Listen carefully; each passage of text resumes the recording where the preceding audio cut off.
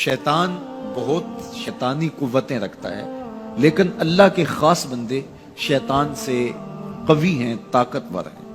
حضرت ابو ہریرہ رضی اللہ تعالیٰ عنہ سے معروف روایت ہے، فرماتے ہیں کہ صدقے کے مال میں حضور نے مجھے امین مقرر کیا، پہرے دار مقرر کیا۔ تو کہتے ہیں میں پہرے پہ تھا، ایک شخص آیا، اس نے چادر بچھائی اور جلدی جلدی سے وہ غلہ، وہ کھجوریں، وہ مال اپنے کپڑے میں ڈالنے لگا۔ میں نے دوڑ کے اس کو پکڑ لیا، تو اس نے اپنا آپ مجھ سے چھڑانا چاہا، لیکن میرے ہاتھوں کی گرفت مضبوط تھی، وہ چھڑا نہ سکا۔ اس نے کہا کہ میں کثیر العیال ہوں، میرے چھوٹے چھوٹے بچے ہیں، تو بھوک نے مجھے چوری پہ مجبور کیا، میں کوئی پیشہ ور چور نہیں ہوں۔ کہتے ہیں مجھے ترس آ گیا، میں نے اس کو چھوڑ دیا۔ خیر رات گزر گئی، صبح ہوئی، حضور کی خدمت میں حاضر ہوا تو آقا کریم نے فرمایا کہ ما فعل اسیرک البارحہ، ابو ہریرہ رات والے چور کا کیا بنا؟ عرض کی حضور وہ بڑا مجبور شخص تھا کوئی، اور اس نے کہا کہ میں پیشہ ور چور تھوڑا ہوں، بچوں کی بھوک نے مجھے یہاں تک پہنچا دیا۔ تو حضور علیہ السلام نے فرمایا جھوٹا شخص ہے، اور سنو آج پھر آئے گا۔ کہتے اگلے دن تو میں طاق میں رہا، تو خیر وہ آیا اور اس نے چادر بچھائی اور غلہ اس چادر میں ڈالنے لگا۔ میں نے جا کے پکڑ لیا، تو اس نے کہا مجھے چھوڑ دے۔ میں نے کہا میں تو نہیں چھوڑوں گا۔ اس نے کہا کہ مجھے چھوڑ دے، منت سماجت کی اور بہت ترلے کیے، تو کہتے میرے دل میں پھر ترس آ گیا، میں نے پھر چھوڑ دیا۔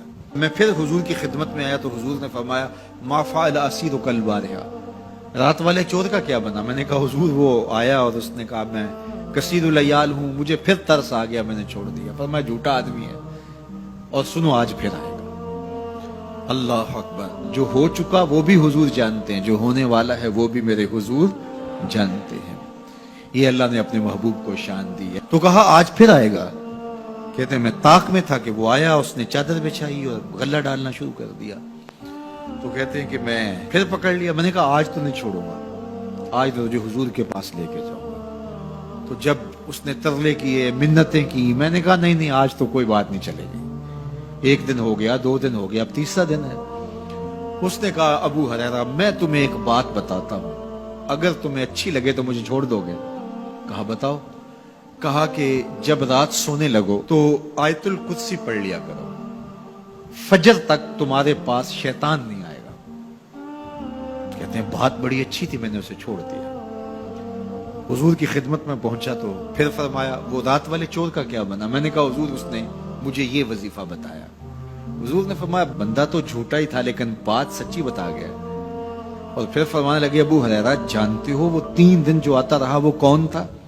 میں نے کہا اللہ و رسولہ عالم۔ فرمایا وہ خود ہی تو شیطان تھا۔ 3 دن جو آتا رہا وہ خود ہی تو شیطان تھا۔ اب شیطان بڑا تگڑا ہے، لیکن ابو ہریرہ پکڑے تو چھڑا نہیں سکتا۔ یار ابو ہریرہ پکڑے تو شیطان چھڑا نہ سکے، اگر حضرت عمر پکڑ لیں تو یہاں تو آ گیا نا، حضرت عمر کے سامنے تو آنے کی ہمت بھی نہیں کرتا۔ ان الشیطان یفر من ظل عمر، شیطان میرے عمر کے سائے کو دیکھ کے بھی بھاگ جاتا ہے۔ تو شیطان بڑا طاقتور ہے، بڑا قوی صحیح، لیکن اللہ کے مخلص بندوں کے مقابلے میں وہ بہت کمزور ہے۔ اس لیے اس راستے پہ اگر چلنا ہو تو کسی طاقتور کے ساتھ چلیں، تاکہ یہ کمزور سمجھ کے حملہ آور نہ ہو جائے۔ تو ہم نماز کے اندر جب کھڑے ہوتے ہیں تو اس وقت اللہ سے سیدھی راہ جو مانگ رہے ہوتے ہیں، تو یہ نہیں مانگ رہے ہوتے کہ سیدھی راہ دکھائی دے۔ ہم دیکھ چکے ہیں حضور کے صدقے سے، تبھی تو کلمہ پڑھا ہے۔ سیدھی راہ دیکھ چکے ہیں تبھی تو وضو کیا ہے۔ سیدھی راہ دیکھ چکے ہیں تبھی تو کانوں تک ہاتھ لگا کے ہاتھ باندھے اس کی حضور کھڑے ہیں اور رخ قبلہ کی جانب کیا ہے۔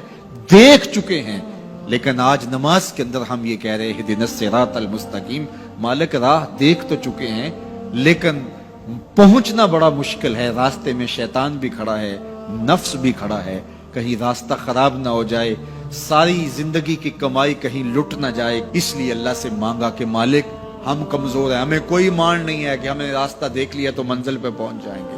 قدم قدم پہ شیطان ہے، نفس موجود ہے، مالک تو دستے کرم بڑھا اور ہمیں منزل تک پہنچا دے۔